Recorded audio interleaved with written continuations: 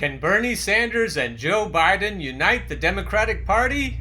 This is Mark Leibovich of the New York Times, Ann Arbor, Michigan. In what now feels like a faded postcard from an antiquated universe, Senator Bernie Sanders was wrapping up one of his last elbow-flailing rallies in front of a few thousand supporters at the University of Michigan. It was late on a Sunday afternoon in early March, a few days before the coronavirus would effectively shelter the 2020 presidential campaign in place, with Mr. Sanders stuck in the runner-up position. Congratulations, Mark. This is what you and your corporate media crony friends have done.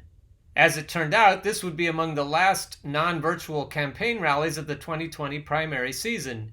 Nearing the end of his speech, Mr. Sanders had to that point not once mentioned the name Joe Biden, a departure from his previous rallies in which he had drawn increasingly hard contrasts between himself and Mr. Biden, the former vice president and Democratic frontrunner. I can't believe I spent so many years reading the Times without seeing how slanted it was. To some, this shift could be taken as a signal that Mr. Sanders of Vermont was entering a less confrontational phase of his campaign. But that notion died abruptly. "We're taking on many people in this campaign, not just Joe Biden," Mr. Sanders thundered. "Boo!" came the immediate response from the crowd. "We're taking on the 60 billionaires who are funding his campaign," Mr. Sanders continued. "We're taking on the Wall Street executives who are helping to fund his campaign. We're taking on the corporate establishment. We're taking on the political establishment." Oh, that it were so. But a decisive question remains unchanged and unresolved today, just as it did before the race was settled and the world stopped. Would the hesitation, or worse, of Mr. Sanders' voters to embrace Mr. Biden be enough to keep them from turning out for him in the fall? Ya think? For much of the primary race, the challenge of Democratic unity had been treated as something that could be put off, or at the very least, as a nuisance that would resolve itself through shared aversion to Mr. Trump. But there had also been signs that the split between rank-and-file supporters of Mr. Sanders and any eventual nominee not named Bernie might be too wide to fully reconcile. By most indications, it would be a bigger challenge to motivate Mr. Sanders' supporters to join Mr. Biden than if Mr. Sanders had prevailed and he were attempting to win over Mr. Biden's voters. 60% of Sanders voters said they had serious misgivings about Mr. Biden, according to the combined data from NBC and Wall Street Journal polls in January and February. Only 7% said they would be enthusiastic about supporting Mr. Biden. 31% would be comfortable with him. In contrast, 55% of Biden voters said they would be enthusiastic or comfortable supporting Mr. Sanders. "We've told you all along that the only unity that can happen is behind Bernie. I think it's going to be a real problem," said Adam Gentleson, a progressive media strategist and former top aide to Mr. Reid. "Everything we do moving forward should be done with the full awareness that bringing Bernie's people on board is the most important thing we have to do in the next few months." Dude, we've told you and told you and told you that we're not going to support a corporate sock puppet. No matter who. Being a Warren person, Mr. Gentleson said that sometimes he felt as if Mr. Sanders' supporters were angrier at other Democrats than they were at Republicans. "It's definitely unsettling," he said, of some of the invective he would receive from Mr. Sanders' supporters. "But the reality is, they are a major bloc. We need their energy, and we need their votes."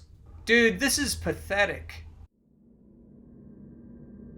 This is from the legitimate CAP. Instead of Center for American Progress, this is from Citizens Against Plutocracy.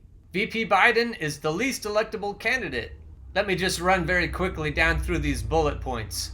1 to 2 million Bernie or bust voters who will vote Green, Socialist, or not vote at all. 1.25 to 1.5 million Sanders to Trump swing voters told pollsters throughout 2019 that they will plan to repeat that strategy this year. Obama to Trump voters are going to support Trump in that contest with Biden. It's an almost automatic choice for them. Millions of poor and poorly educated voters will not vote for a status quo candidate like Biden.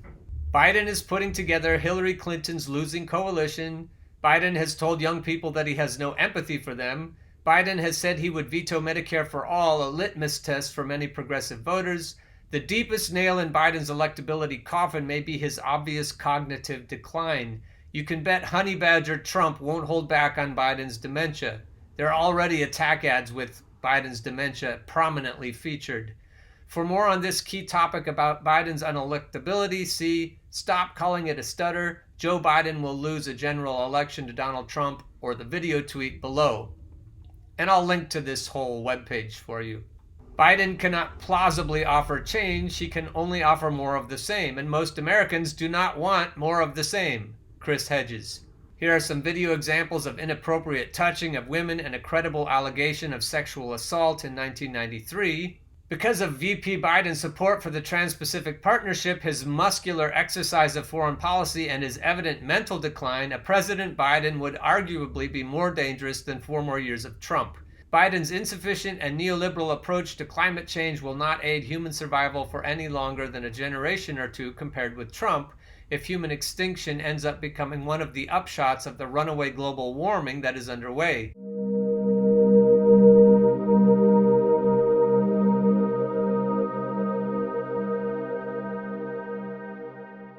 While Trump is doing worse on net favorability with young voters at -24, he actually has a higher percentage of young voters that rate him favorably. 33% of young voters have a favorable opinion of Donald Trump, while only 30% have a favorable opinion of Joe.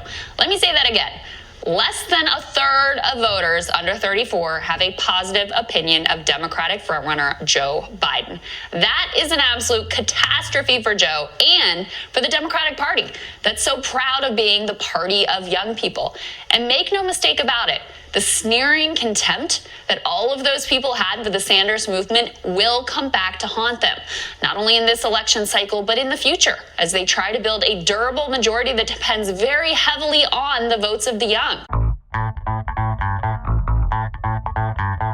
Politico. A Never Biden movement vows not to vote for Joe.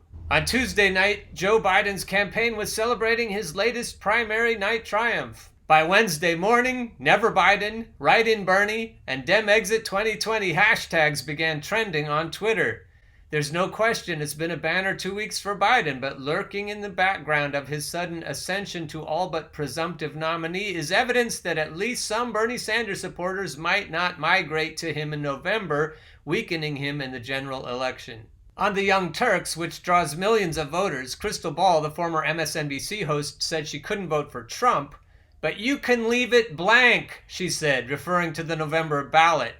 Ball said she is an undecided voter because if they always can say, look, you've got to vote for us no matter what, you've got no other choice, then they're always going to treat us like this. Here's an article from reader-supported news that you should read later. I'll just show you it now so you can come back to it. I'll start by saying that this letter is signed by Alliance for Youth Action, If Not Now Movement, Justice Democrats, March for Our Lives Action Fund, Next Gen America, Student Action, Sunrise Movement, and United We Dream Action. The letter is called Dear Joe Biden, here is how you can earn our support, and it has a list of demands that Joe would need to meet in order for the lefties to come over to his side.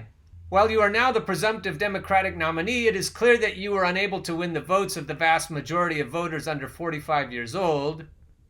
The messaging around a return to normalcy does not and has not earned the support and trust of voters from our generation. The views of younger Americans are the result of a series of crises that took hold when we came of political age and flow from bad decisions made by those in power from both major parties.